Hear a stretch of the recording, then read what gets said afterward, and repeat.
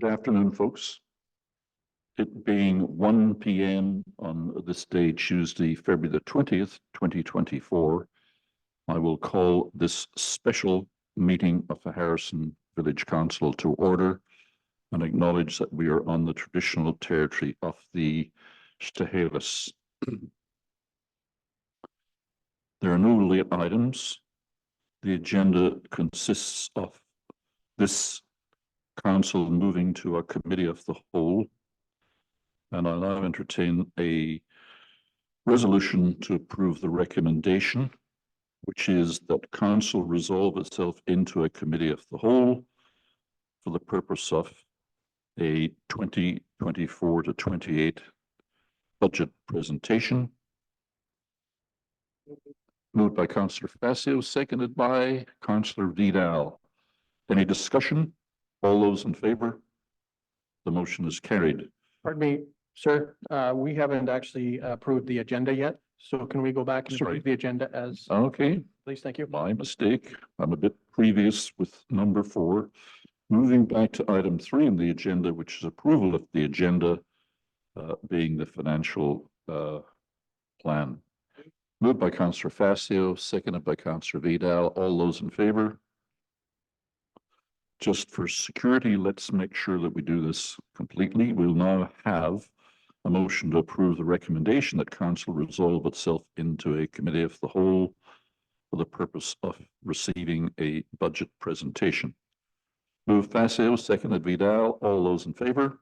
Motion carried. Now, turning it over to staff, Mr. CEO, Mr. CFO, who would like to start with the budget presentation? Thank you, sir. I'll pass it on to Scott for his presentation. Hey, Scott, the floor is yours. Thank you. Thank you for all for being here this afternoon. My name is Scott Schultz. I'm the Chief Financial Officer here at the Village. I'm very pleased to present the 2024 to 2028 financial plan. It's been a collaborative effort among all departments here at the Village. We're quite pleased with what we've came up with, so we're happy to present that to you today. So without delay, we'll get started. So just a bit of a timeline or a schedule on what we'll be talking about today. First of all, I'll run through a timeline of what to expect with this process. We'll have a look back at 2023, then talk about the meat and potatoes of the budget for 2024, including the capital plan. And then we get into the assessment data, run through that, and then look at the property tax scenarios from there. So in the timeline, basically, we're at the beginning here. So this is the introduction of the budget today. This gives council the opportunity to discuss what's in it, suggest changes, any sort of alteration is what we will be looking for today. Then from there, we'll go to first reading, tentatively scheduled for the next council meeting. That'll be March 4th. We'll also get council's approval to advertise and hold an open house that point in time. Budget open house will tentatively be around April 2nd, and then we'll also do second and third reading around that time. And then final adoption, we're aiming for April 15th. So as you can see, there's lots of opportunity for both council and public involvement in the budget process. So starting just looking back at 2023, just a bit of a recap. Paid parking stalls were quite well used. Our total revenues were $377,000. And paid parking revenues assist with beach and park maintenance, beautification, and of the village in general. So it does assist greatly with that. We've also found very strong earnings on interest of our investments. So of course, on the loaning side, it's difficult because interest rates are so high. But on an investment side, we've found quite a good return this year, or I'm sorry, in 2023. Also, with the great work of staff, we are seeing continued grant revenue come in. Applications are being run through. And this included a somewhat unexpected $1.25 million provincial grant. And that was part of the Growing Communities Fund. it's related to, or for infrastructure related projects. So we'll talk about what we're planning to do with that in just a little bit here. For expenses, of course, everybody's, understands that inflationary pressures were still prevalent in 2023. They're calming a little bit now, but we definitely saw double-digit increases in items such as utilities, employee benefits, raw materials, chemicals, all those sort of things. So we mitigated those as best we could, and total expenses came in under budget in 2023. For the capital project side, 2023 was a bit of a difficult year. We had many projects that were not moving forward due to it could be shortage of materials, shortage of staff. But I'm happy to say that now beginning in 2024, a lot of these projects are in the planning stages, and it's pretty much a go, with a lot to be completed in this year yet. So looking now forward to the highlights of the 2024 budget. So the overall goal when creating this budget was to have no reduction in services, continued strong contributions to reserves, while keeping property taxes reasonable. And I believe we've achieved that. Taxation overall is approximately 2.9 million. Business licenses, we're budgeting for about 28,000. That's unchanged from year to year.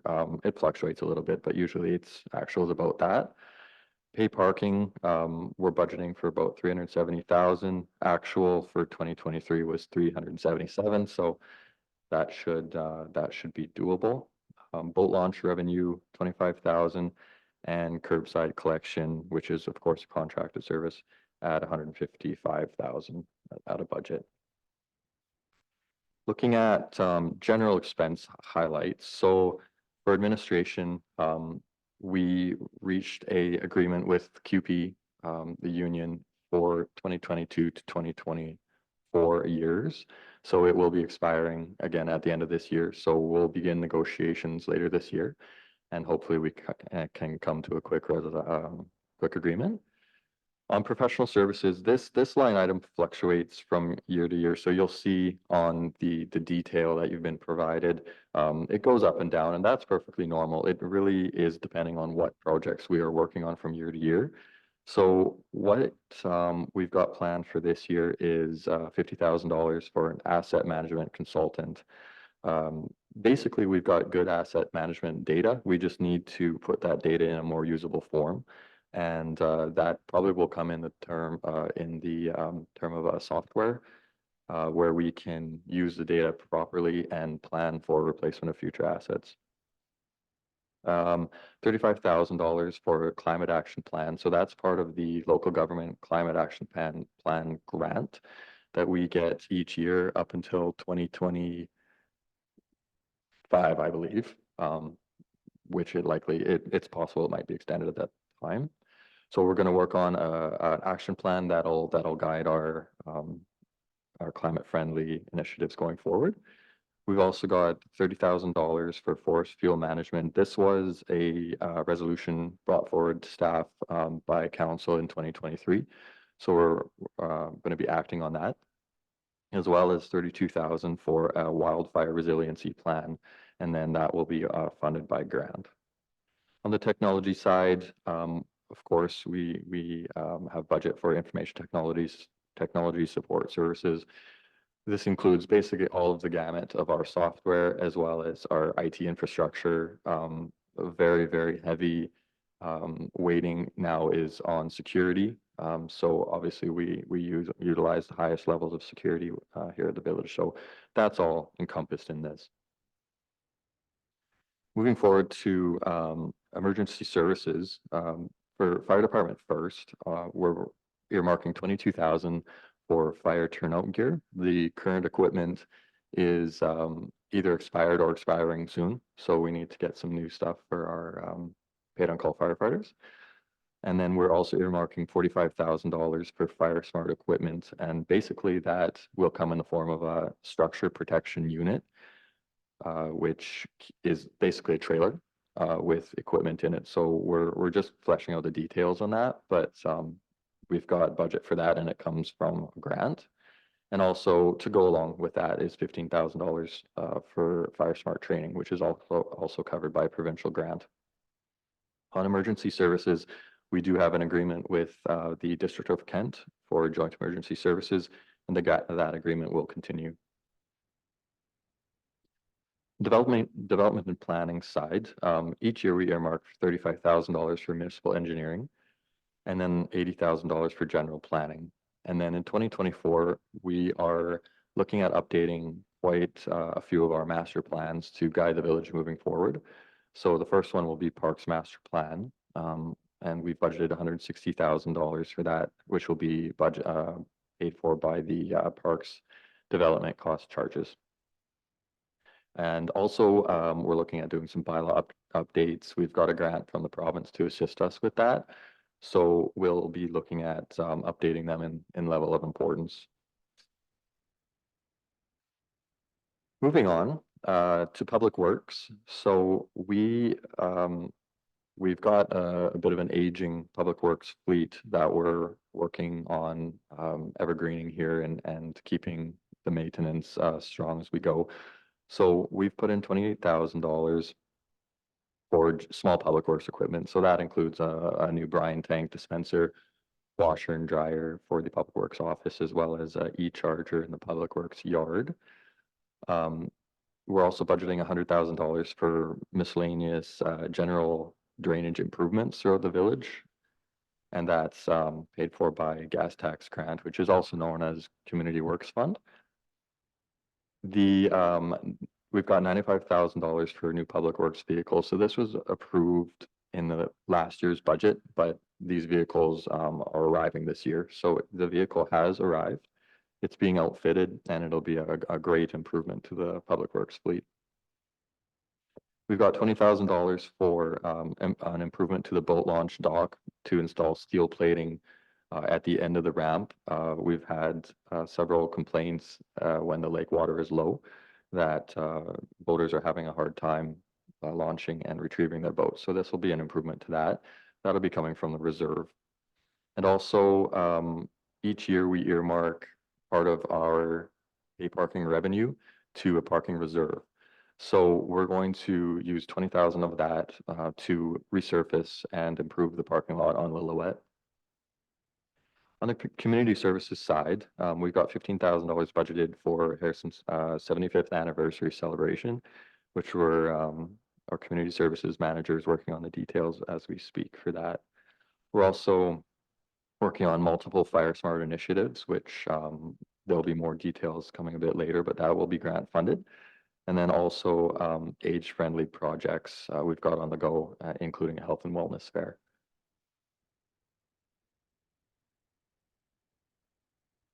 Moving forward to look at the capital side now, I'll run through these in a brief detail, and council's more than welcome to ask more detailed questions once we're done.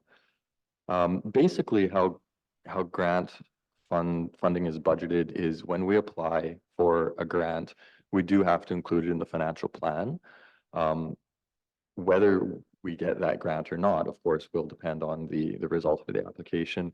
But it's important to understand that even though we budget for the expense, if we don't get the grant, we don't incur the expense. So there's no impact to tax dollars whatsoever.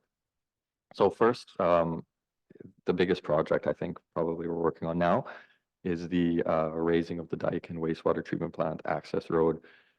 That was a $6 million project. We've utilized a little bit of that grant. So it's a carry forward project. It is funded by a provincial and federal grant, and it's in progress at the current moment in the consultant stages. Next project is Hot Springs Road drainage improvements. So currently our grant is with the province and we're waiting the update on the next steps in the process. That's going to be partially funded by grant, well, hopefully, if upon approval, and then the drainage DCCs will be taking care of the rest of that. We need to do some improvements on the Miami Creek North and South bridges. I believe we had a report come to council a couple meetings ago. The abutments are needing repair as well as utility relocation. So this we're going to fund by the Growing Communities Infrastructure Grant that I was speaking about earlier. And this project now is in the design stages now. These next two projects are carried forwards. Spring Park upgrades, it's going to be a new washroom, covered shelter, ping pong table and water fountain. That project is well underway and it is scheduled to be completed this year. As well as the fire hall addition, this project has been being worked on for a couple of years. And the final part of this is now to install the emergency generator, which is coming. And then that will be complete definitely this year.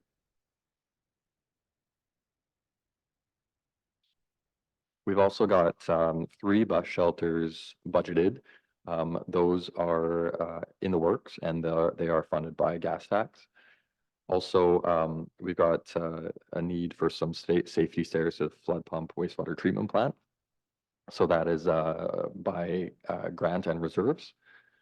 The village office is in need of quite a few maintenance items. So we have budgeted 25,000 to begin some of those most important maintenance items. That would be funded by reserve. And also we are budgeting for $25,000 for audio improvements here in Memorial Hall. We, as I think everybody's aware, have feedback issues. The system here isn't great. When the system was designed here, it was just designed for a temporary solution during coronavirus. So I think the solution would be to install a more permanent speaker setup, install feedback filters so we don't experience feedback, as well as have an ability to connect music and microphone to make it more of a immersive audio system.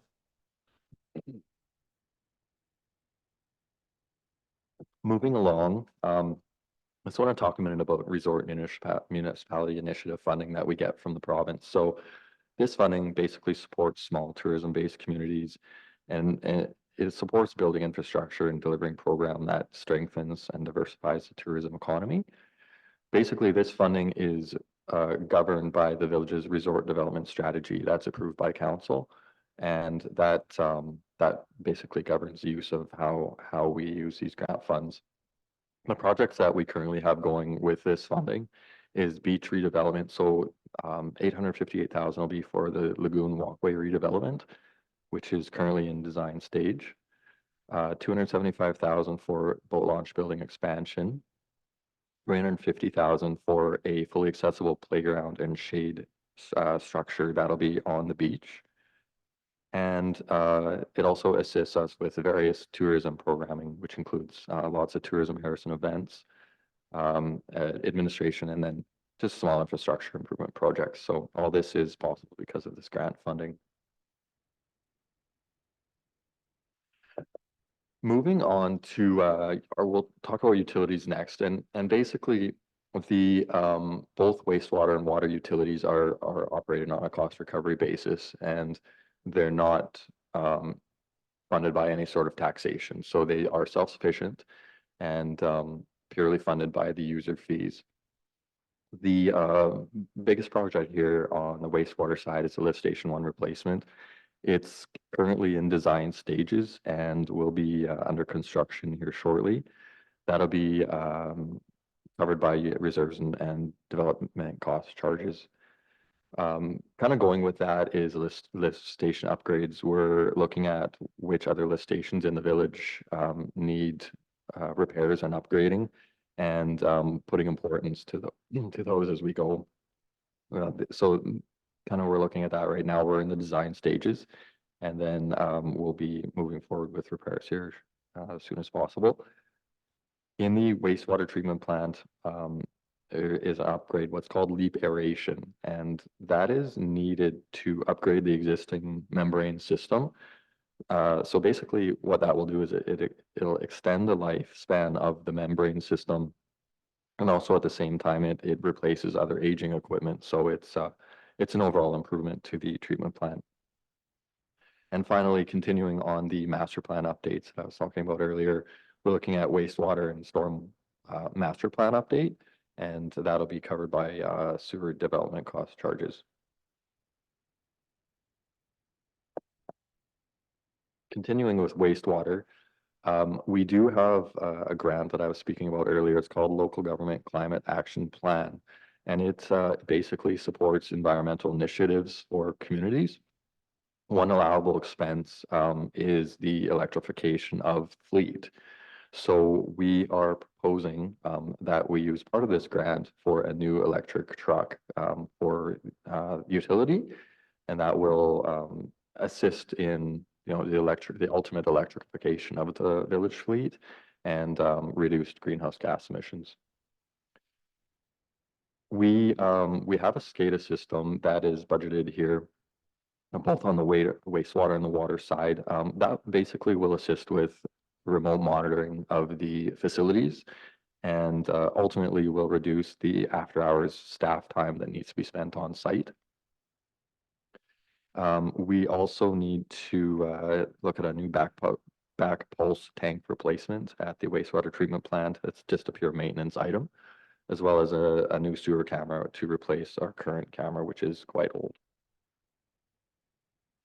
On the water side, again, continuing with the update of the master plans, there'll be a new water master plan budgeted, which is covered by development cost charges.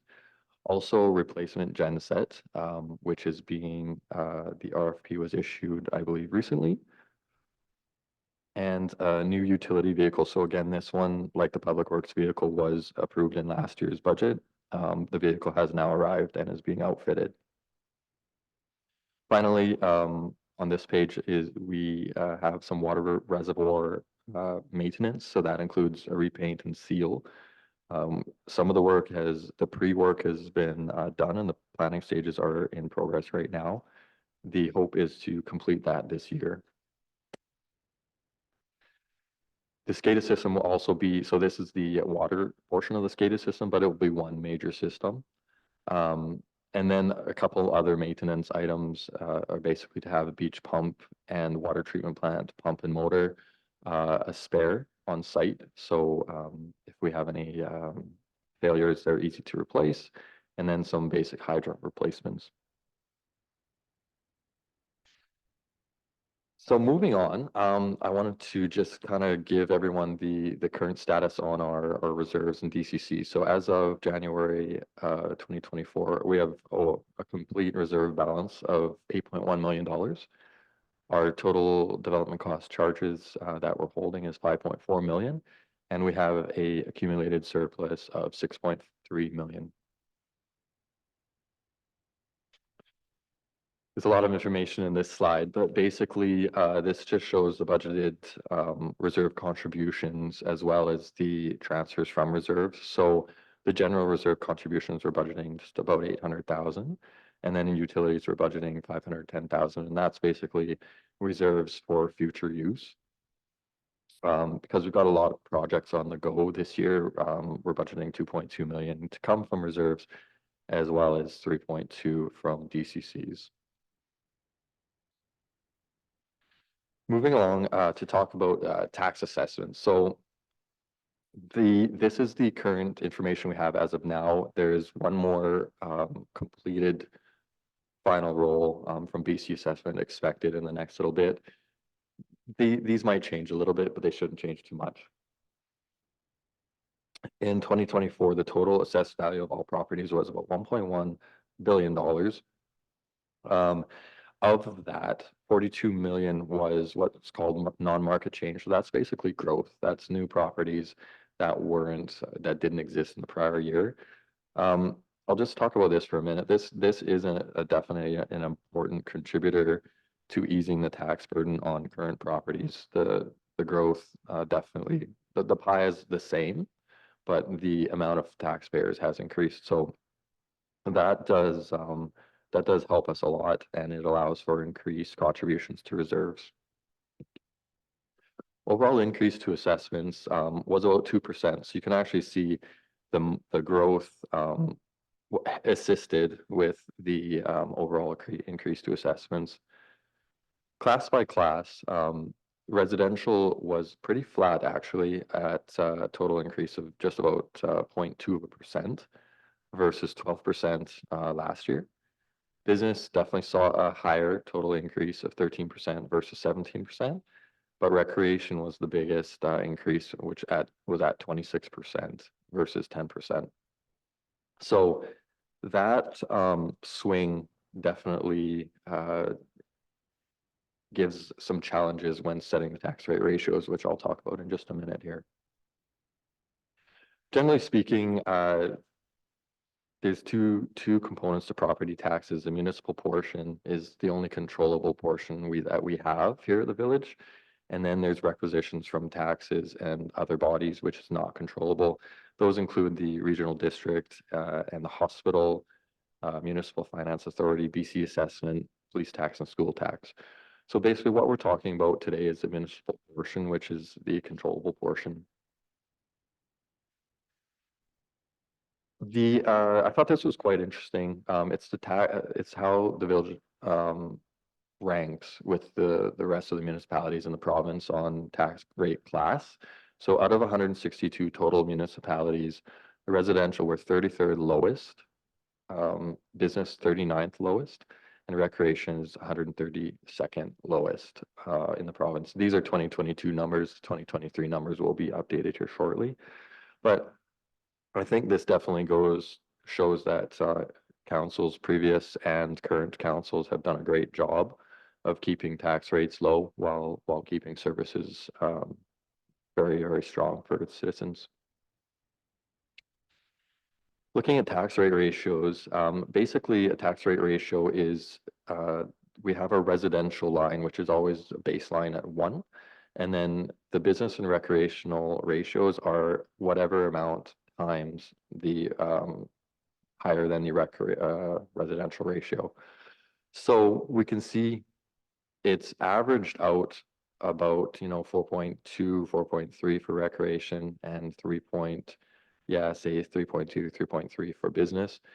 It's kind of gone a little bit down in 2020, I suspect. That's because property values fluctuated quite a bit at that time. And then the last couple of years, the ratios have went up as the property assessments have really kind of unprecedentedly changed. So in 2023, our recreation ratio, and that's basically the multiplier, was 4.79%. The business was 3.62%. So leaves us with a bit of a challenge when we look at how to set the ratios for the 2024 year. If we were, this scenario basically shows the exact same ratios if we use them this year, and we can see that there would be an overall reduction in residential taxes, but business and recreation would see quite an increase here. So this is really the important column to look at. And we can see it was affected by the average increase. And this is basically the market change. So overall on the residential side, there was a negative 4% market change. However, businesses saw a 14% increase and recreation saw a 25% increase. So council can definitely play with these ratios and to move forward the best way possible. I put together a scenario that it would equalize the increase among all classes by changing the tax rate multiplier. If we were to do that, each class would see about just under 4% tax increase for the 2024 year. Which for a very average residential property, seeing the average increase would be about $66. So this is what council has chosen to do in the past, was to equalize the ratios, but council is very free to play with these ratios and however they wish. So what we're looking for today, direction from council, is council feedback and any changes to the draft budget, as well as we're looking for direction on property tax ratios. And that's all I have. Thank you, and we're free to answer any questions you might have. Thank you, Scott. I'll now open the floor to the councillors to ask questions of the Chief Financial Officer on his presentation. Councillor Facio. Yes, you need the mic because people are on Zoom.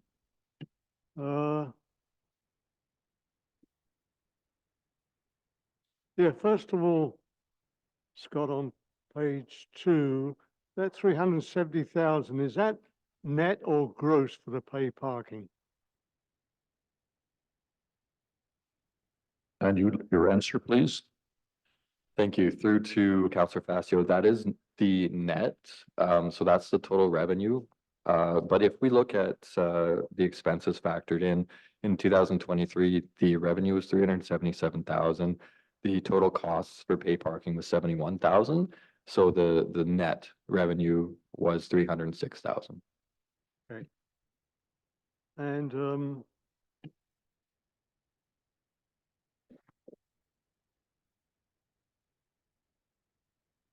on page, through you, Acting Mayor Allen, to Scott for my questions. On page 3, under the expenditures for council, does that total, I'm talking about councillors now, does that include the expense that we use for conferences and meals and all that sort of stuff? That is correct. That would include all the expenses. Okay, thank you. The legal fees you've got down as 30,000 for 2024. I'm guessing it could be more than that, so we would have to come back to council to change the budget if that at the end, towards the end of the year, or how does that work? Yes, that's a very good question. When we're budgeting, we try to look at historical values and also kind of what's normal. And yes, there's a very real chance that we'll be over budget this year. If we are over budget in one category, as long as we're under budget total, it's okay. But if council thinks that we should up that budget, then absolutely we can do that at this time. Okay, thank you. And on page 4, community developments events, 382,025. Roughly, what is this? What does it amount to, the events?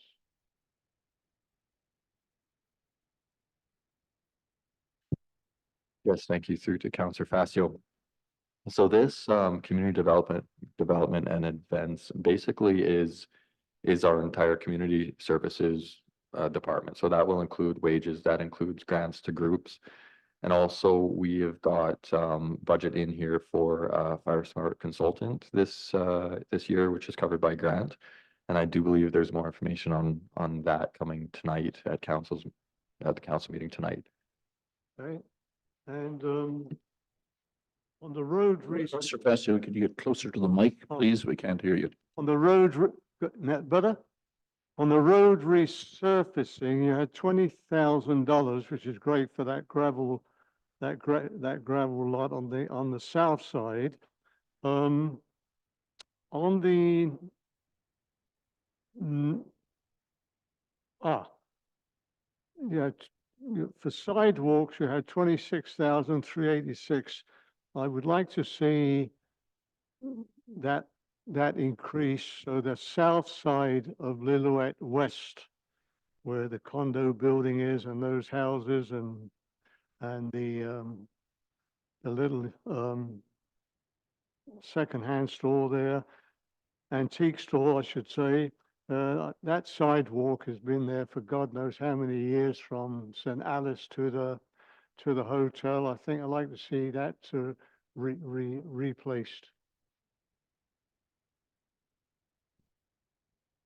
Acting Mayor Allen, if I may speak to that, thank you, through you Please to do. Councillor Fascio. I just want to remind council that we have a motion from, I believe it was late last year for a beautification of that end of Lillooet. I think it would be premature to put money in the budget for sidewalks.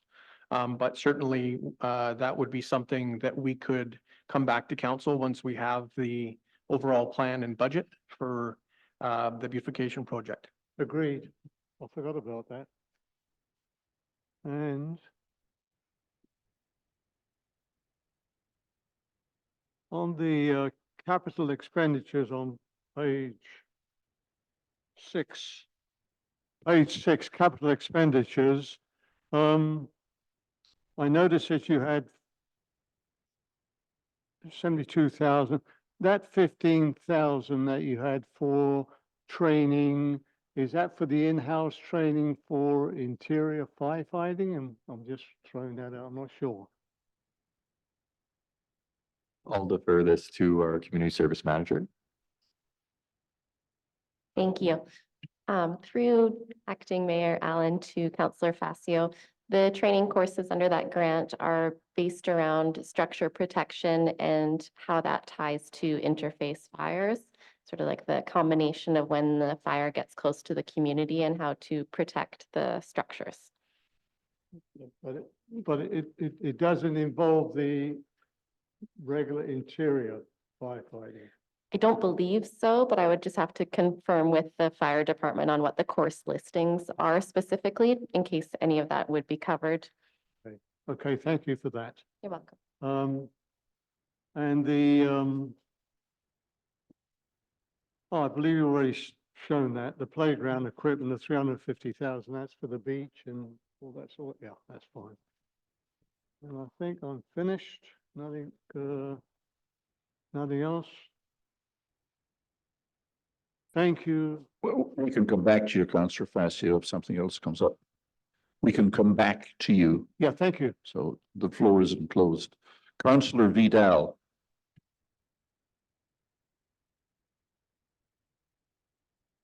Thank you, Mr. Chair. Through you to our CFO, just a couple of questions from your presentation. I think you indicated there was going to be an additional 3 or 4 bus shelters budgeted for. Do we have any idea where those are going to go? Thank you, Acting Mayor, through to Councillor Vidal. I'll defer this to our operations manager. Thank you. Yes, so we have locations that are set out through with BC Transit, and that would be at Lillooet Avenue at Maple Drive, Eagle Street at Bear Avenue, and Emerald Avenue at Hot Springs Road. Thank you. And back to the presentation to Scott. Do you know offhand what our total RMI funds we received for 2023?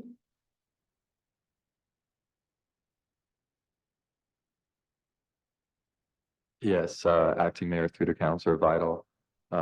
We do have that information. I'm just bringing it up here. Just bear with me for one moment.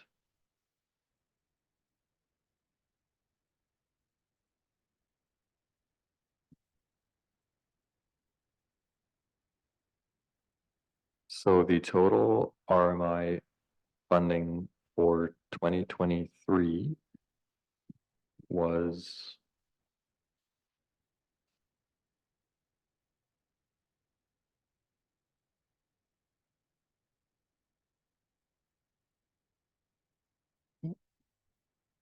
approximately 430,000, and that's accumulated over the years to the total funding. Apologies here. Oh, yes. So we had, it's accumulated over the years for funding that we've had projects or that were projects that we've been working on. And so there's $1.9 million in the RMI reserve currently. Thank you. And perhaps through to our operations manager, because of my not so great knowledge on engineering, I'm wondering if you could just explain a little bit more about what this LEAP aeration at the treatment plant is? Thank you through you to Councillor Bedell. Yes, so the LEAP aeration, basically, we currently have sickle valves in our water treatment plant. Sorry, I mean in our wastewater treatment plant, and they haven't been functioning properly. So the LEAP aeration is a system that takes air and it comes up to aerate the membranes. So basically, this keeps them from fouling up, and it prolongs the life of the membranes. Thank you, that's helpful. No, I believe, was it 2 years ago?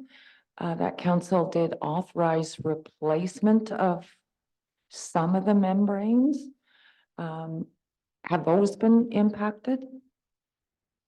So, thank you through you. So basically, this is, they're not impacted, but this is so we can maintain the lifespan of them by keeping them clean and not built up.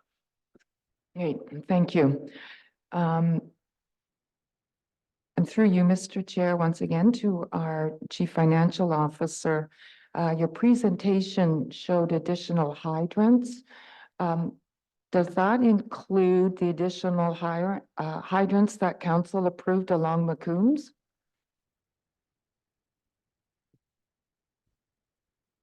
Yes, thank you, Acting Mayor, through to Councillor Bedell. I will defer again to Operations Manager. Thank you. No, that does not include that. These would be for maintenance replacements. Yeah, okay, thank you. One other question for our CFO on the presentation. Property taxes, am I correct in that simply because residential properties may have completed construction, they don't necessarily fall into residential taxation for the current year? I believe there's a process that needs to go through.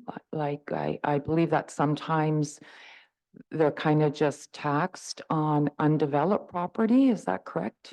It's just that we seem to have had you know, a lot of residential development over the last year. So perhaps you could enlighten me a little. Thank you. Yes, thank you, Acting Mayor, through to Councillor Bedell. This information is driven by BC Assessment, and basically BC Assessment is multiple times a year looking at all properties in the village, but definitely the ones that are under construction. And for residential development, once a building is complete, it would flip over to completed status. If it's just land only, of course, it would be just assessed on land. Another example would be the beachfront. 2 major developments just came online for completion in 2024, which is honestly the major driver of the growth. So that would have converted from bare land to a strata, and then the classification would change at that time. All right, thank you. Can I just add a little information on that? With my background in real estate and assessments, the assessment date that BC Assessment uses, and this is printed on your assessment notice, is I believe July the 1st. So that's the status of the property on July the 1st is what your next year's assessment is based on. Formerly, the properties that were under construction weren't added to the assessment base at all until they got their final occupancy permit. And sometimes builders or developers would, if the market was slow, they would be very slow to complete and get an occupancy permit. I believe that BC Assessment now looks at works in progress and will add some value to a building under construction as of July the 1st, which has changed things a little bit more to the fair side of the equation, I believe. Thank you. Thank you, Mr. Chair. On to page.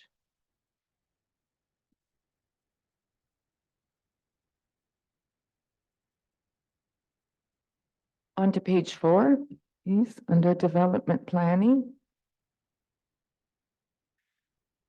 You're proposing in the budget 332,700. That seems to be quite a substantial increase from 2023. Is this because of current development proposals that are underway now, or set to come before council sometime this year? Thank you. Yes, so thank you through to Councillor Vital. That's an excellent question. Yes, that is correct. It's highly dependent on the projects that we have going at the time. And that will fluctuate year to year. So for 2024, we have $80,000 of this, 332 for a planner, 35,000 for general engineering, 160,000 for the development of a parks master plan, and then $50,000 for bylaw updates. So that would be the reason for the budget increase. All right, thank you, that's helpful. On page 5, under memorial benches, am I right in assuming that the actual of 2023, 22,000 was the replacement of some of the older wooden ones that were no longer sustainable, and I believe they were replaced with a more robust material. Is that correct? I'm just wondering because in 2024 budget, you've dropped that amount back down to about $8,000. Thank you. Yes, thank you, Councillor Vital. I'll defer this to our community services manager. Thank you, Scott. Through the chair to Councillor Vital. The way it seems to have been done with the memorial benches based on the order quantities needed. So last year we brought in with the part of the 2023 actuals was bringing in, I believe it was 8 memorial benches through the provider Wishbone. So those have just been sitting on site. It's also just depends on the program. We now have about 5 underway. So depending on requests for this year and any upcoming renewals, we may see more expenses coming through in 2024, but then it would be sort of just on that like cost recovery basis. If the revenue was higher, then we would need to look at bringing in more benches on the expense line. Thank you. And just one more question, Mr. Chair. Through you probably to our CFO. On page 7, capital fund revenues, under DCC revenue recognized. I'm just wondering, what was budgeted in 2023 was almost 1,800,000, but only 103,000 and somewhat was utilized. Yet there seems to be quite an increase in the proposed budget. Just wanting a little clarity on those figures. Thank you. Yes, thank you. Through to Councillor Vital, another great question. So this is highly driven by the actual progress of projects. So because we're budgeting, for example, in 2023 for almost $1 million, we only realized 174,000, and that's due to projects being carried forward into 2024. So as an example of this 774,000 budgeted for 2024, it breaks down to 534,000 for Hot Springs Road drainage.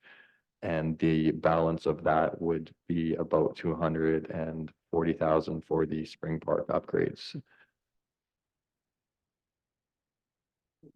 Thank you. And no further questions at this time, Mr. Chair. Thank you. Thank you, Councillor Vidal. We can come back if you have supplementaries. Councillor Jackson, please. Thank you. Thank you. Actually, most of my questions are already answered. However, on the revenue side, I noticed the rates. And I suppose I shouldn't be complaining because I looked at my own house. And the amount I'm going to contribute additional this year isn't very much. And I'm not too sure whether or not, I know it works out to about $260,000 a show, but whether that's something we should be looking at in the future. Well, just a couple of things, and again, this is a nice, very well done. I have no complaints at all. With reference to, is there any money in here that might be set aside for a new office building? I mean, the one we have now is not acceptable to me. It's old, it's crusty. Our staff should have something brand new to work in. So has there ever been any thought going back to 2009, 2010 of combining the village office with a new memorial hall? We can pour money into this every year for acoustics. It isn't going to change. So that's something maybe if you have money in here that you could do that, you could maybe look at. On the bridges. Oh, Acting Mayor Allen, through you to Councillor Jackson. Currently we have a motion of council to look at options for our current village office. Something very similar to what the tourism building looks like. And that would be our goal, is to be able to have basically everything under one roof, to try and have offices with the council chamber and potentially maybe an area for some form of entertainment. But we're at the very, very beginning stages right now with that. And we wouldn't be able to put that into the budget because we don't know what that's going to cost. When we get a better picture, we could come back to council and we can talk about finances. I mean, I think staff's goal is to try and find a funding opportunity where it's not going to cost the taxpayer. Whether we'll be able to be successful and finding something like that, it's hard to say. But what I would say is that we wait until we get final numbers and then we can come back to council with presentation, and then we can discuss what next steps will look like.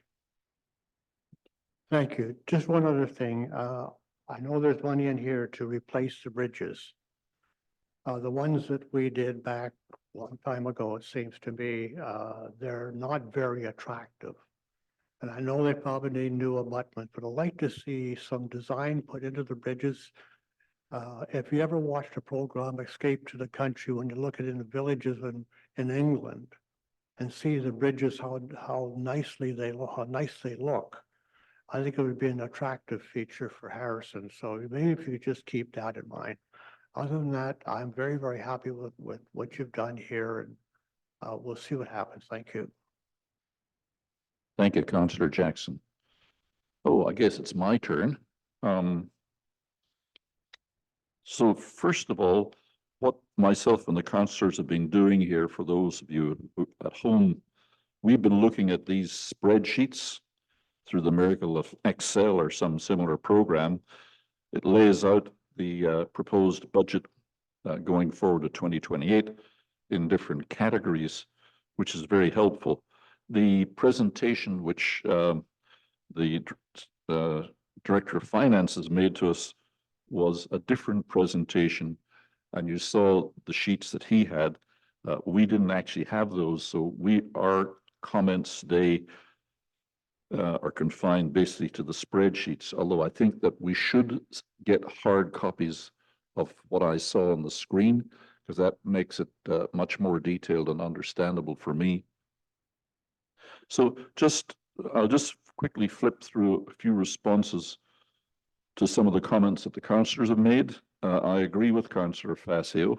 I think that your budget for legal is $100,000 short of what we're going to need this year, given the activity that I have seen happening. I'm a bit perplexed by the council pay, which seems to show me as having an allowance or a budgeted amount of $36,842, when I think my base is $20,000. So if you could explain that. And similarly, Councillor Jackson is up to 36,000. Where does the extra money come from or go to? Thank you, Acting Mayor. The expenses showed in the spreadsheet are the indemnity expenses plus all council expenses. So for example, these numbers would include indemnity remuneration, basically benefits, and then mileage, meals, accommodation, parking, per diems, cell phone technology budget, as well as membership fees and registration. So it's basically the total budget per elected official. Okay, thank you for that. Councillor Fassi also raised the issue of roads. And my concern is that I do not see in this budget, or I haven't seen in any budget for a long time, an old-fashioned idea that we had before, which was called a schedule of roads. And under the schedule of roads, we identified all of our streets and roads in the village by category, whether they were residential, whether they were arterial, etc. And we're fortunate to have a highway going through town. But under that schedule, we actually had an ongoing rolling program by which every year we would rebuild a street somewhere in the village. Now, that program of street building, which included new pavement, sidewalks, drains, whatever was required, I think is something that we should in fact plan for and budget for. And we don't appear to be doing it in this current budget. And I think we should be doing it as part of our utility planning, because these streets and roads, they don't last forever. Some of our older streets are at the point now where the blacktop is deteriorating and needing crack sealing and other repairs, and they really need to be rebuilt. And while we're doing that, we should be taking the opportunity to add proper bicycle lanes and proper sidewalks on each side. I know that we rely often on the developers to provide these sidewalks for us, but we do need to have a plan and a list of streets prioritized for rebuilding, and it's not in the budget currently. On fire protection, I forget what it was Councillor Fassi had asked for, but my other concern about fire is that I do not see any significant amount in the budget apart from a $30,000 provision to do any of the serious fire mitigation work that I think we need to do on all of our public lands or privately or village-owned lands, the Crown lands, and throughout the village to prepare ourselves for what appears to be a warming climate, drier conditions, and a higher fire risk. So I still don't see that in this budget, which bothers me because we've had a lot of talk and we've seen a lot of the damage done to other communities, most notably the unfortunate village of Lillooet just up the road.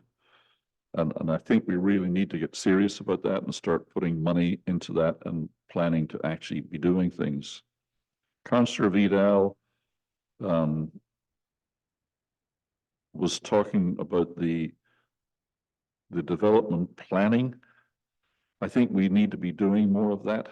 And when we get to Councillor Jackson's talking about the need for a new village office and community hall, those issues, in my belief, should be discussed and decided on as part of the official community plan. We've already dealt with those issues in the previous OCPs, and in those previous plans, we had agreed as a community that as we grow towards our population of 3,000 people, which seems to be the design population of our land area, we will need to have a much bigger community hall than this memorial hall. And that's why we bought the land that sits just to the north of the village office. So we would have a place to build that hall. The general plan for that was that we would build a community hall there and create a campus, which would include the village administration offices, either the present buildings or supplementary buildings, perhaps the post office, perhaps a medical center, and in conjunction with the school board, we had talked about that whole area from the fire hall up to Miami River Drive as being a municipal civic center complex with various things in it. And I think, again, we should go back to the planning stage and we should agree as a community through the OCP what we want, what we envision needing when the village grows by another 1,000 residents. And we should determine what we're going to do and start working on that plan today. And I highly recommend we do that in conjunction with the school board, because the school is also something that it's not really our responsibility to plan for the future school, but I would like to know what the school board is planning so that whatever they want to do with Walnut Street and the area around it and the traffic circulation can be planned in a holistic way. I also have a few concerns about, as I go through the spreadsheet, and God, I've seen a lot of spreadsheets in my life. As I look at page 2 of the spreadsheet under revenue from own sources, I can't help but notice that in 2023, we're projecting to have interest earned on our deposits of $597,000, just about $600,000. At whatever rate that would be, maybe say 5%, that sounds like many millions of dollars, more than we have in our reserves, which topped out at, I think it was 20 million. This looks like 300 million or something, 600,000 in interest. Do you have an explanation for that? And well, I'm asking because the 2024 budget drops it down by 90%, almost to $66,000. So thank you for an explanation. Yes, thank you, Acting Mayor. The $597,000 that you see is the true interest earned on our operating as well as our reserves, development cost charges that we're holding, as well as accumulated surplus. So basically, it was a very good year for interest. Now, that being said, we know that's not going to last. So I'm trying to budget more realistically, because if we budget for a higher number, we get used to that number and we know it's not going to continue. So any addition that we get in interest above what's budgeted will go to surplus for future use. Thank you. Yeah, it's interesting that even the year before that, 2022, we had 300,000 in interest. Only half as much, but still a significant amount. As I go on to page number 3, and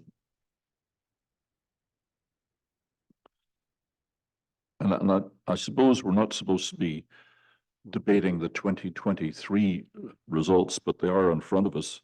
In the 2023 results, our professional under administration, professional and special services rose from 78,000 to 217,000, and is still budgeted at 207,000 when previous numbers had been in 78,000 range. Is there an explanation for the fairly dramatic increase in those fees? Yes, thank you, Acting Mayor. That's a good question. The biggest driver for, so actually I'll maybe say first what the professional and special services holds that you're seeing. So it's basically will include accounting and auditing fees.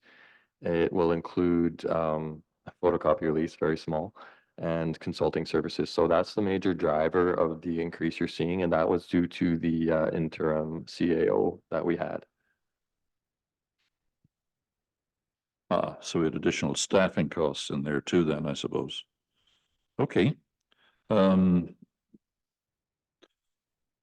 I move across to page 4 of the spreadsheet, and again, I would prefer to be reading through the presentation that you made. Under engineering and transportation services, the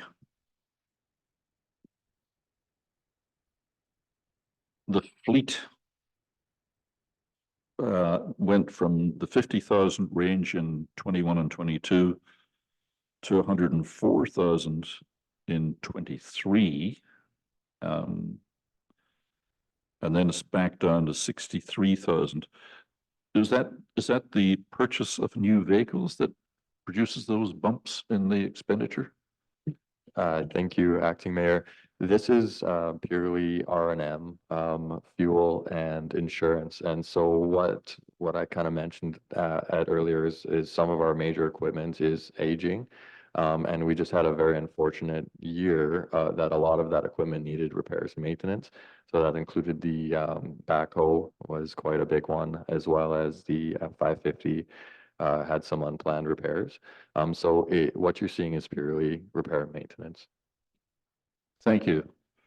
Down at the bottom of that page, I see an item under engineering and transportation.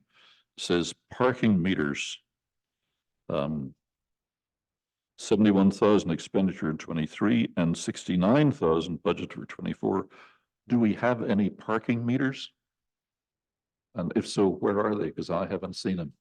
Thank you, Acting Mayor. This is for the program or the consultants that run our pay parking program.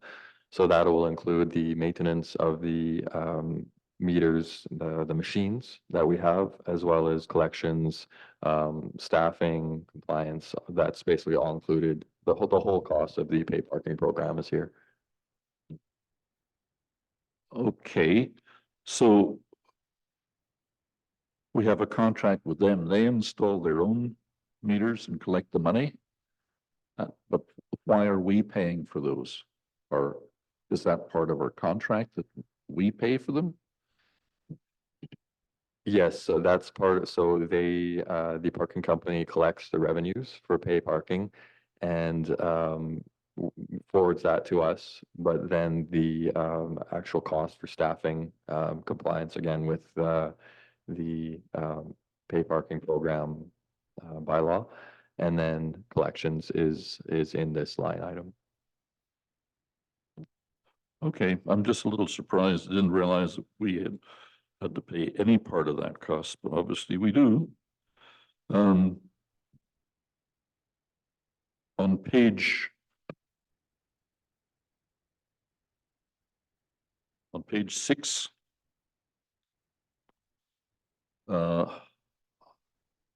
under the provincial grants, 2023 budget was 8.6 million. The actual was 422,000. And the budget for next year is 8,700,000. Is that a carry forward of underutilized grant programs and funds? Yes, thank you. It's very much due to carry forward projects, partially because either the project didn't get going in 2023 or the grant application was still in progress. So we still budget for it, and it looks a little odd, but it's quite normal that on major projects there will be carried forward for multiple years. So for example, in 2023, we saw 422,000 that we actually realized of grant revenue versus the 8.5 that was budgeted. That was largely due to the dike project, as well as the Hot Springs Road project. So as I move down page 6 on that same section of capital funding revenue, could I assume that the RMI funding is the same situation? It was unexpended carried forward? Yes, exactly. Thank you. Well, I'm getting towards the end, page 7. I have a note here, under revenues, under DCCs. We had budgeted for 1.8 million in 2023. The actual was 100,000, so we're like, what, 1.7 million short on that. But we're up to 2 million in 2024. Is that a timing thing, or why is the discrepancy between those numbers? It's at the bottom of page 7 under revenues, DCC revenue recognized.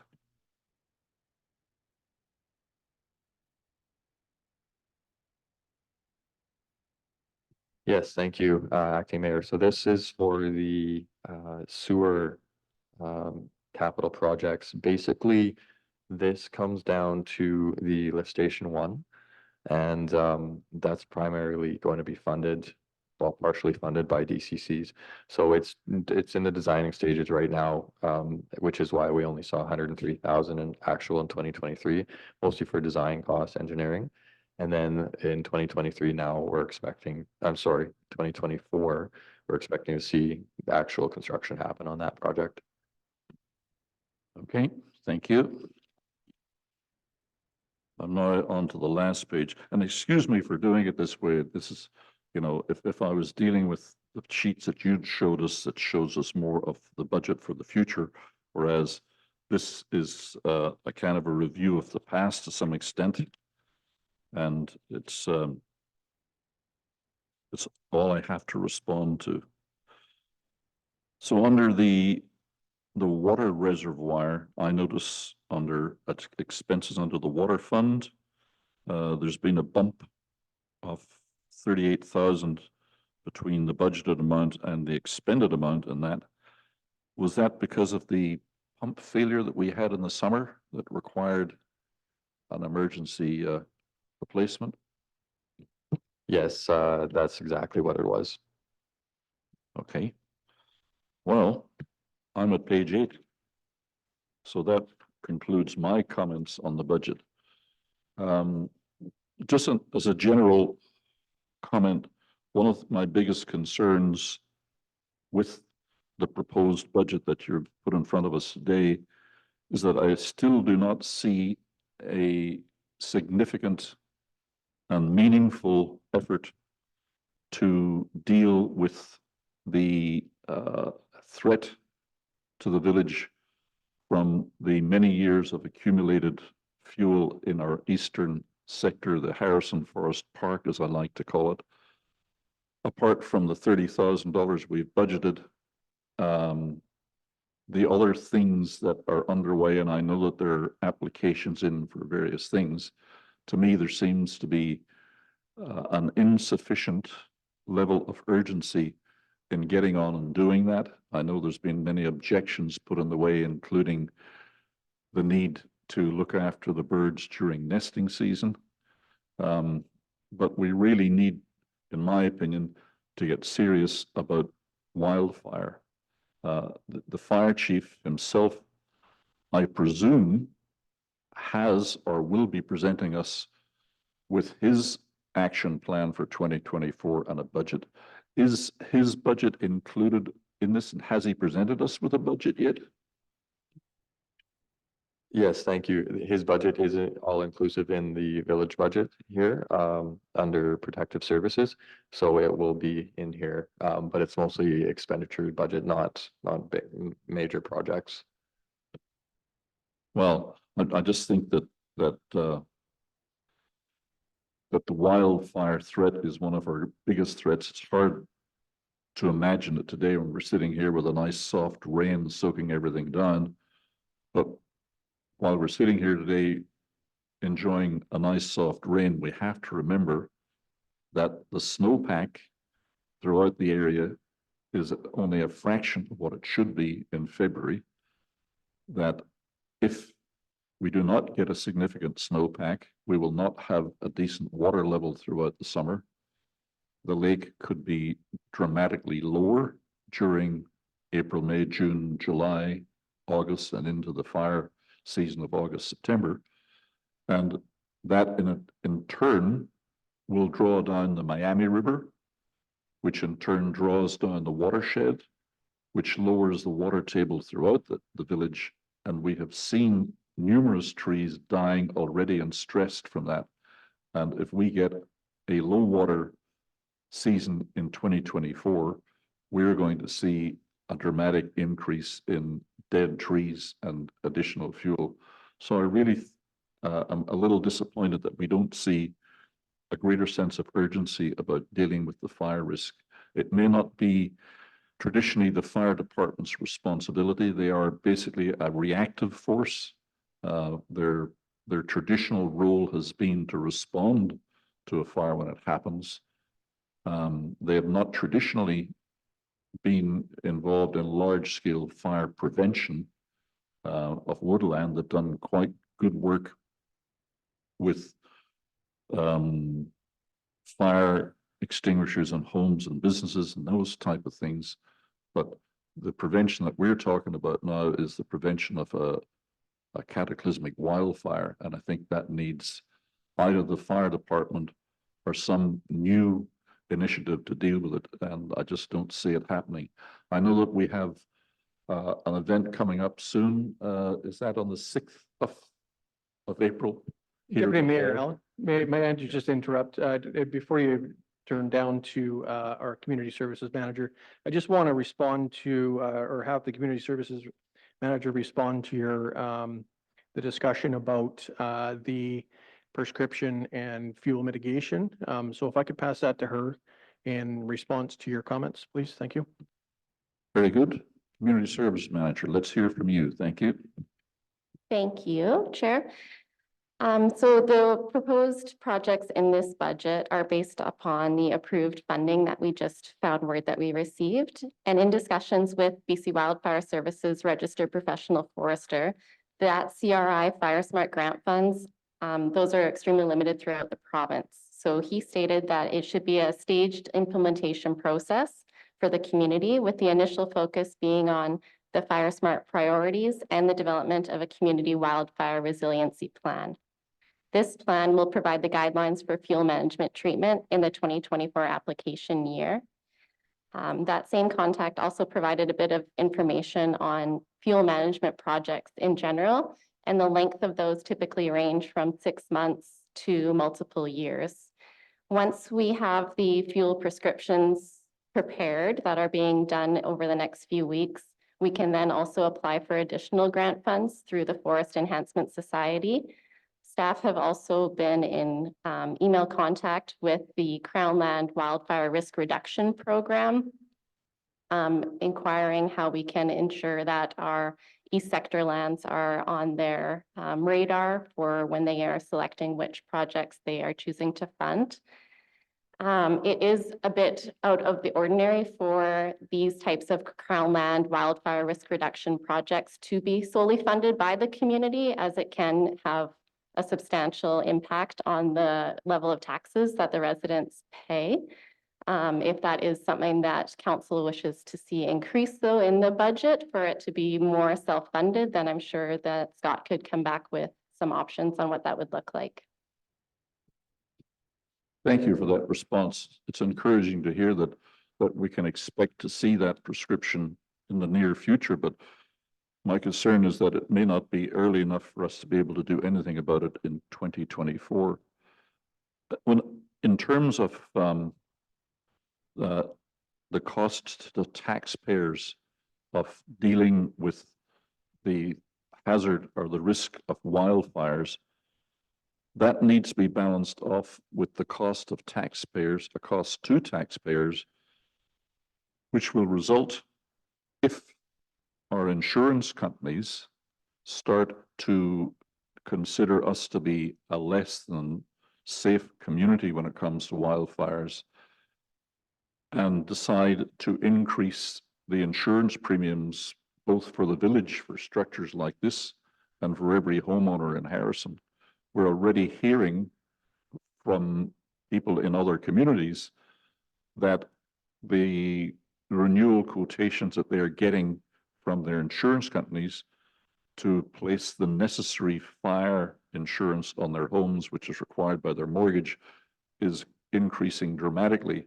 So on a collective basis, if we can spend some money to reduce our fire hazard and our fire risk and our fire risk rating with the insurance companies, the homeowners will save that on their insurance premiums, which will offset hopefully any increase in the actual property taxation. You have a response. Thank you. Thank you, Chair. I just wanted, the word insurance just reminded me, so it just seemed like a good time for me to mention it, that BCAA does have a program where if homeowners take initiatives to fire smart their surrounding property, that they could actually see a decrease in the premium that they pay. So that information is available on the Fire Smart BC website with the connecting piece there. I can't comment directly on what the insurance world is choosing to do in the province surrounding wildfire risk, but that would just probably could always be a potential benefit for residents to take advantage of. Well, it's good to know that some insurance companies are rewarding responsible homeowners for taking efforts to reduce the fire hazard around their properties. But that mostly applies to larger rural properties rather than the small city lots that we have. It's the collective responsibility for things like Firehall Park, Woods Park, the East Sector, and other places of land that we, the village, own, and the crown land around us.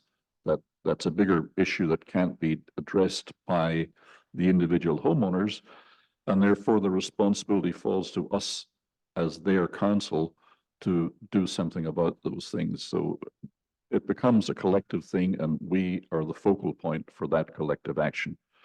Anyway, it's just my concern being expressed. Is there anything else that we need to talk about, Councillor Facio? Yeah, thank you, Acting Mayor Allen. I think, Community Services Manager brought up a good point there that, and this is what we did in the previous open house, is that fire smart. The big responsibility is on the homeowners, how they protect their properties. And July 1st, the fire department was there trying to sell some of the sprinklers for the homes, but not many were taken on. So I think when this March the 6th open house comes, there'll be more information and how important it is to protect your homes. We don't have millions of dollars in the community to clear the debris in 400 acres just alone of the East Sector. I mean, you don't have to be a rocket scientist for that. But we are doing our utmost through the provincial government, through our staff, applying for grants to get as much as we can to start trying to deal with some of this fuel. We can also have assumptions on what might happen. I mean, I know my personal insurance went up $1,000 this year because of now this overland water situation the insurance are putting in. If you don't want to take it, it's up to yourself. It's up to the individuals, but it's their responsibility.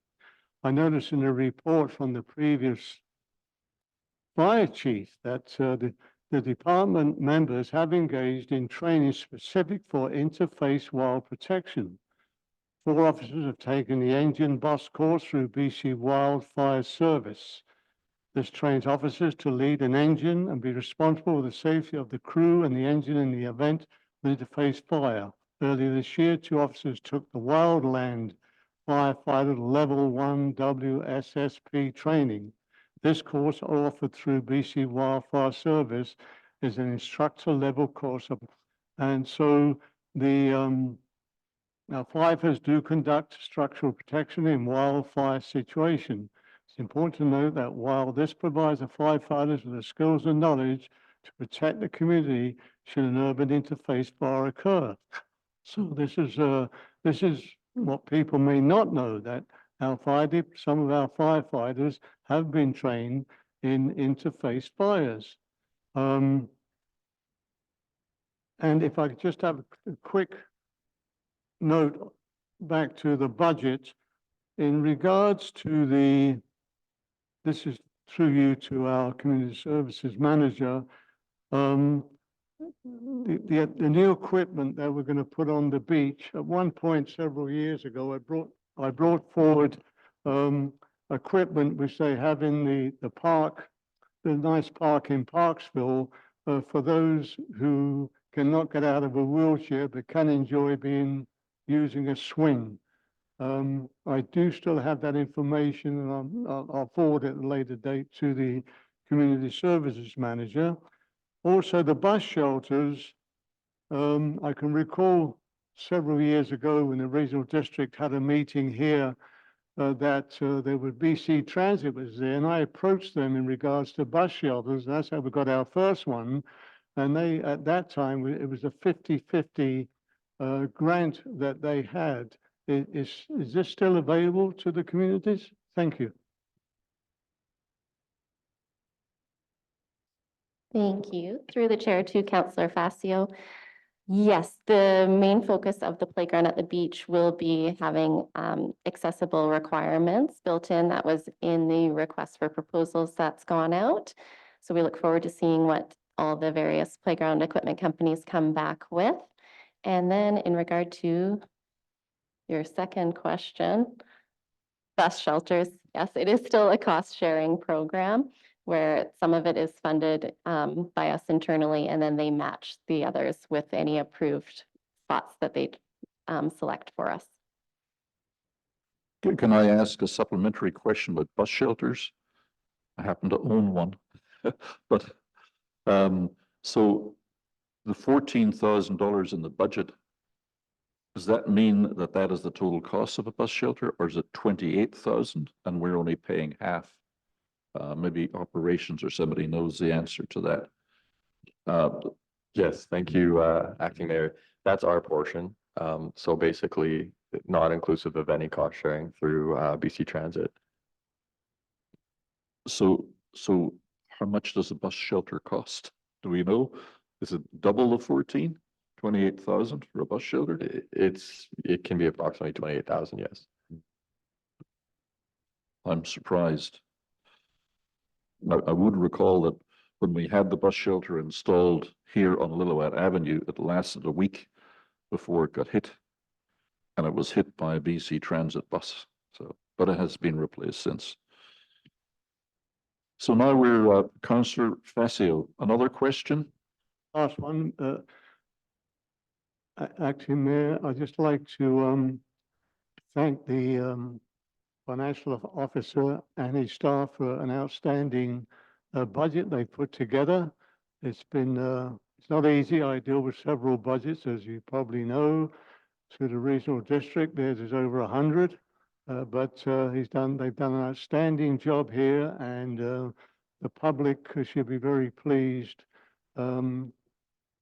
how this community has done such a great job of the improvements, plus the reserves we have there for emergencies or for whatever reason, and the increase, of course, in our DCCs, which goes towards a lot of money that the taxpayers do not have to pay for improvements to our community. So again, thank you to the financial officer and the staff for an outstanding budget. Hear, hear. Just before we conclude this committee of the whole, I'd just like to make a request of the Chief Financial Officer to provide council with a hard copy of the presentations that we saw on the screen. They don't have to be in color, black and white will be fine.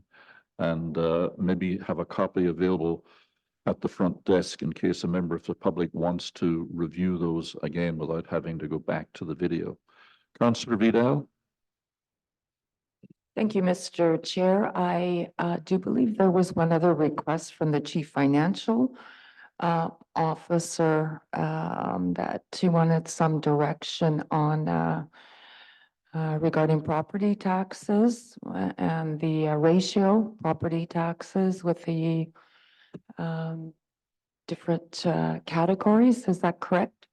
You're correct. I'm now going to call on the CFO to lead a discussion on our taxation rates and the ratios between residential, commercial, and recreational. Thank you, Mr. CFO. Thank you, Acting Mayor, and thank you, Councillor Vidal. That Just a second, should that be in our council meeting, which we will go to after the COW, or should that be here in the COW?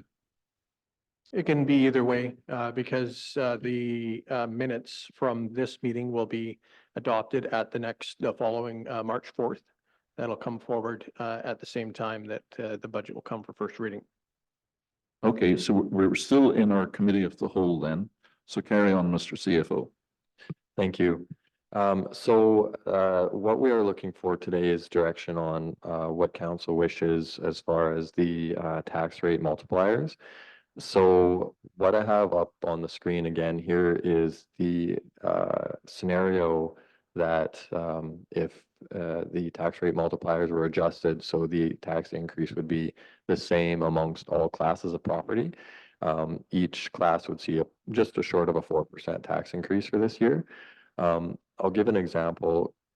From last year, council agreed to equalize the tax increase among all the classes. And the resolution that we had from that was that the tax multiplier rate for 2023 be changed to reflect an equalized increase for all class of properties. It is council's decision, and if council wishes to do something different with the multipliers, I can absolutely give some different scenarios. Perhaps you could tell us how Harrison's multipliers compare with other communities in the area or of a similar size? Are we in the general ballpark of what other people are doing with our multipliers? I've honestly not done a lot of research on it, but I do know that if we go back to the ranking, this kind of does lead into the multiplier topic, and this would basically show that if anything, our multiplier for business is lower. I don't know if it's too low, but it's lower. And recreation, traditionally, council has put heavier weight on that multiplier. So it really is up to council. But to remain, if we want to remain competitive on the business side of things, then it would make sense to equalize the increase and adjust the ratios for this year. However, if council wishes to put more of the burden on a business, for example, or recreation, then we can adjust that accordingly as well. Thank you. Councillor Vidal? Thank you, Mr. Chair. Through you to our corporate officer, will you require a motion if we regarding these tax rates? Thank you, Deputy Mayor. Through you to Councillor Vidal. Traditionally, we've done a motion in the committee of the whole. And then when those minutes get adopted at the next council meeting, that ratifies the motion, but there's still a process, and you can correct me if I'm wrong, there's still a process for actually adopting the financial plan bylaw. So you're making that motion for our chief financial officer to further present the financial plan. Okay, I make that motion. Sorry. We're still in committee of the whole, I understand. And are you suggesting that we need a motion to adopt the financial plan as presented today as a preliminary step towards final adoption? Or do we just receive it today? My understanding is that you just receive it today and the motion is just for the tax rate multiplier. But yeah. So we require two motions, and I think the tax rate multiplier would need to precede the second one, which is the receipt. So Do you have a specific recommendation for us on the multiplier that we can deal with, either to accept or to change? Yes, thank you. Typically, we don't, because it is in a council decision purely, we don't typically recommend. However, going by the history of decisions each year for the last number of budgets, council has chosen to equalize the increase amongst classes, which is the scenario I have up on the screen right now. Very good, Councillor Vidal. Thank you, Mr. Chairman. I'll put forward the motion. The council accept the recommended tax rate ratios for 2024. Well, he just said that he doesn't make any recommendation. So perhaps we could explain what you would like us to do next with that. Yes, thank you. I think if council is leaning towards equalizing the increase rate amongst all the classes, then we would look at a similar resolution as to what we got last year. And I'll read it out. It was that the tax multiplier rate for 2024 be changed to reflect an equalized increase for each class of property. Would somebody like to make that motion? I'll make the motion, Mr. Chair. Thank you. Very good. Since we're in committee of the whole, I understand a seconder isn't required. That motion is now on the floor for discussion. I'll go around the table, starting with Councillor Jackson. Any comment? No comment. Councillor Vidal? Councillor Facio? No discussion. Ready for the vote? All those in favor of the motion? The motion is carried. The next motion we need then is the motion to, correct me, Madam Corporate Officer. It What are you would doing? be, We're- if you like, you could do a motion to receive the Receive. draft 2024 to 2028 budget. Okay, is this to receive the report of the CFO? Very good, on the 2024 budget. Moved by Councillor Facio, no seconder required. Discussion? All those in favor? Motion is carried. We will now then, I presume, rise from committee of the whole and report to the council. So the recommendation is that the committee of the whole rise and report to council, and that council adopt the report of the committee of the whole. Does this require a resolution, Madam CEO? Yes, please. So we'll need two motions there. So one that the committee rise and report, and then that council adopt the report of the committee of the whole. Two separate motions or one motion? Two separate motions, please. Thank you. I'll entertain a motion that the council, that the committee of the whole rise and report to council, effectively to itself. Moved by Councillor Facio. Discussion of any? All those in favor?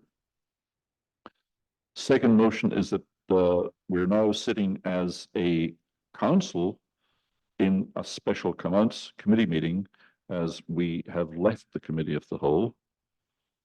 And the motion is that council adopt the report of the committee of the whole. Moved by Councillor Vidal, seconded by Councillor Jackson. Discussion of any? All those in favor? Motion is carried. No delegations and petitions. No further reports from staff, I expect. No bylaws. Questions for the public pertaining to agenda items only. We don't have any members of the public with us in person today, but there may be somebody on Zoom who has a question, so I'll ask the Zoom operator to check for hands up, please.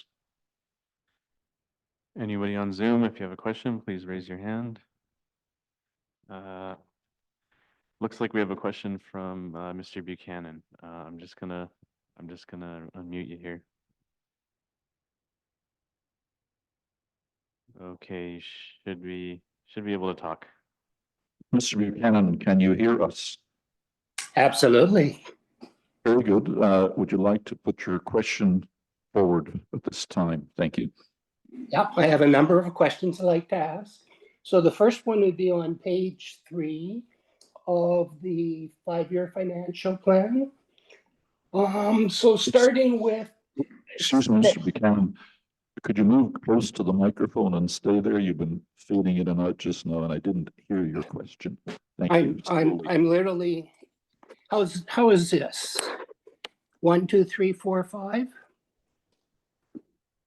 That's good. That's good, okay. I'm literally 3 inches away from the iPad. So my first question is regarding expenditures. And we've heard that for expenditures for council, that it's made up of a number of factors. Let's just take a look at the first councillor, that's Councillor Jackson, where it's showing a 2024 budget number of 36842. I wonder if I could have that broken down for me. What is that composed of? What are the items and what are the dollars? Well, just in response to that, we did have, excuse me, we did have a, sorry, that's me quacking. We did have a response to my similar question earlier. If you wanted that in some great detail, I could ask the staff to break that down for you and give it to you in writing, which might be better. My understanding is that Councillor Jackson and I share a base salary or remuneration of $20,000, and that the extra 16 is made up of all the additional costs, travel, benefits, computer, whatever. But even I don't have that breakdown. Would you like me to have staff detail that for you, Mr. Buchanan? I'm wondering, Acting Mayor of the Chief Financial Officer could answer that question, please. I'm sure he can, but I'm not sure he can do it in the detail that you will require here at this meeting. But I'll ask him to respond. CFO, please. Yes, thank you, Acting Mayor, through to the member of the public. For the councillor expenses, I can break it down, and if you'd like it in further detail, I can definitely send it to you later via email. However, for 2024, a councillor indemnity is $21,888. Benefits will vary slightly upon the benefit plan chosen. However, it's approximately 5,000. Mileage will be 750, meals 750, accommodations 4,000, parking 200, per diems 500, cell phone technology allowance is 1,600, and membership fees will be 2,000. Thank you. So staying with Councillor Jackson, if we could, I noticed in 2023, his actual was $31,000, and now it's jumping to 36,800. So that's a jump of $5,800 from 23 to 24. And I wonder if you could help me understand why that is.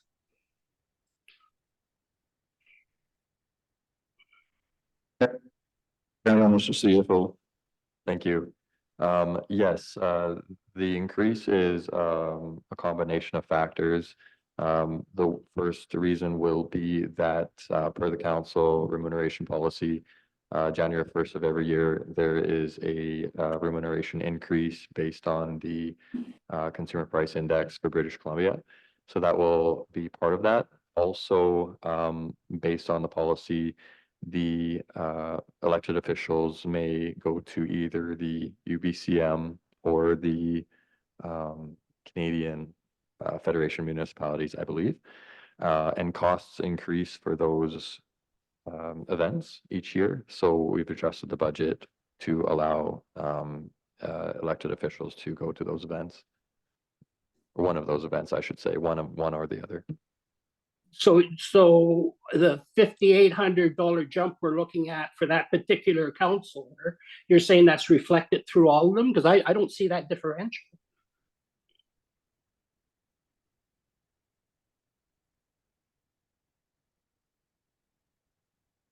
Do you understand the question? Um, I'm not sure I do. Bear in mind, Mr. Buchanan, that the 2024 budget is only a budget. It's not yet an expenditure. And it may be significantly less than that at the end of the year.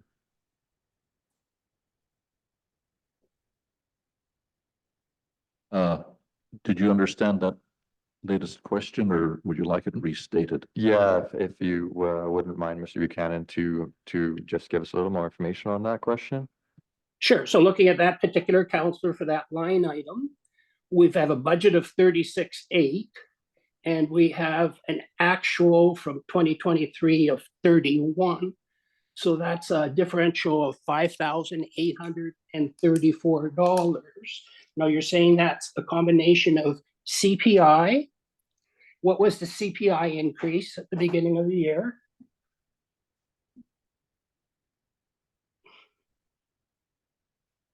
Just if you can give me about 10 seconds, I will have that information for you.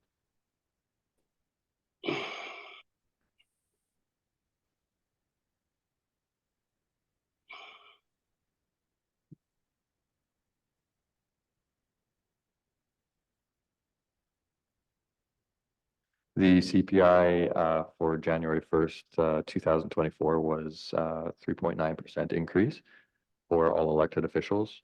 Also, the benefits cost does get adjusted based on the actual cost from the provider. So that has went up as well. And again, the expenses related to conferences would be the balance of that. Thank you. Could you please tell me what the increase in the benefit costs are?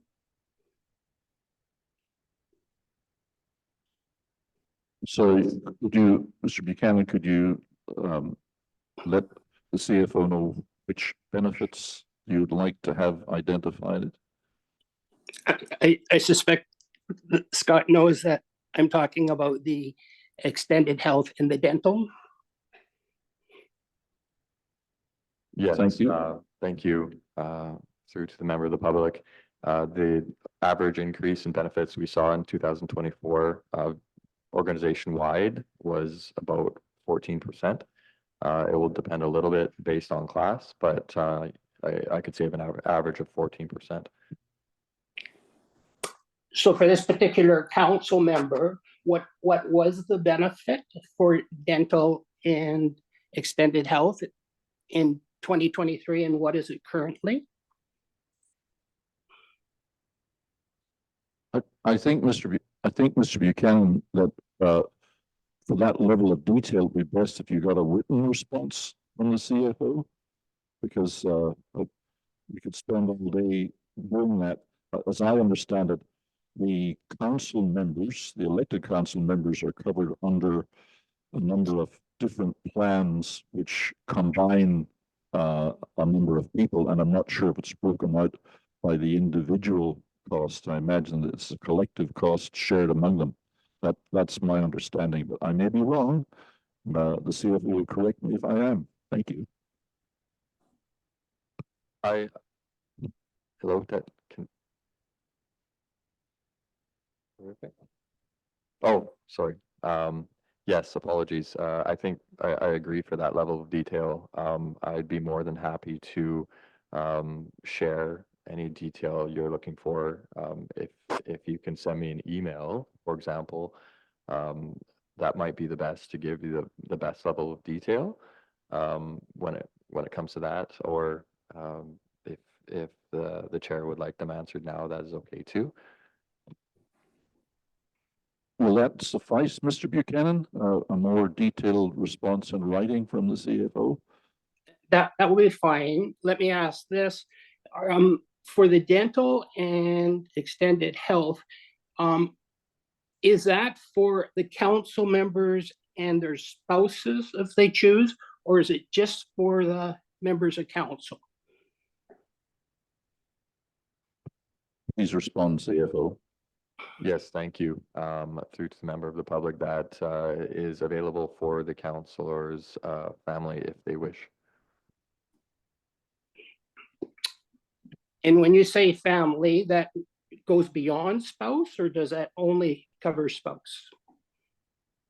No, apologies, that is only spouse. Okay, thank you. My next question is regarding fire department administration. And the budgeted number for 2024 is 42,642. The actual for 2023 was 19,584. So it's more than doubled. I wonder if you could help me understand that, please. Are you clear on which line item he is asking? Thank you. Answer. Yes, sir. That is primarily due to a one-time increase in training.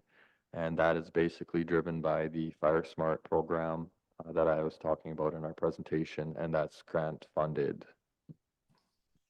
So although it says administration, it actually is training? It includes a multiple items for that line item, but yes, it includes training in there as well. Okay, thank you very much.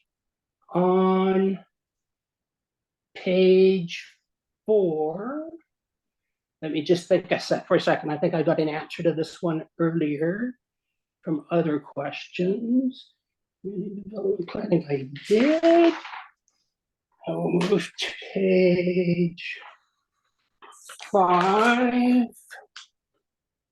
Nope, I'm good on that one. I will move to page 6. 6, yes. The $8.7 million showing as grants.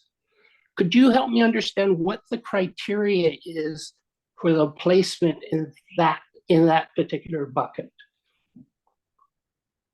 Are these grants that have been approved? Are these grants we have money on? Just help me understand what that 8.7 really is reflective of. Thank you. The CFO will answer your question. Yes, thank you. The criteria for including a item in the budget here for grant is basically that we will have had to at least apply for the grant and have some level of thought that the grant may be awarded. There's definitely a real chance that even if we apply, the grant might not be awarded. But as I mentioned earlier, if we budget for it and we don't ultimately get it, there's no impact at the end of the day. But basically that's kind of our thought process when including the grants in the budget, is if they're applied at least, and a chance that we would get it. Thank you very much. And then for fuel management, I'm hearing there's the $30,000 that council authorized last year that's carried forward. Is that correct? That is correct. Other than that, is there any other money for fuel management? And I'm thinking specifically of the East Sector, but just forget that. Just in terms of, is there any money in the budget for fuel management other than what was carried forward from last year? Yes, thank you. There's no additional funds in the budget at this time, and the reason for that is more what our community services manager was talking about earlier, is that we're really looking for grants to assist with this type of work. If council were to wish that we would spend village funds on fuel mitigation, then that is absolutely fine. But we haven't included any additional funds in the budget at this moment. Thank you for the courtesy of responding to my questions. Is that it, Mr. Buchanan? Are you finished with us for the moment? Thank you very Bearing in much. I appreciate in the mind- opportunity. Yes, there will be more opportunities to ask questions and discuss this budget as we move forward through the approval process. Thank you. Any other questions from the public, Mr. Zoommeister? Anyone else on Zoom? If you have a question, please raise your hand.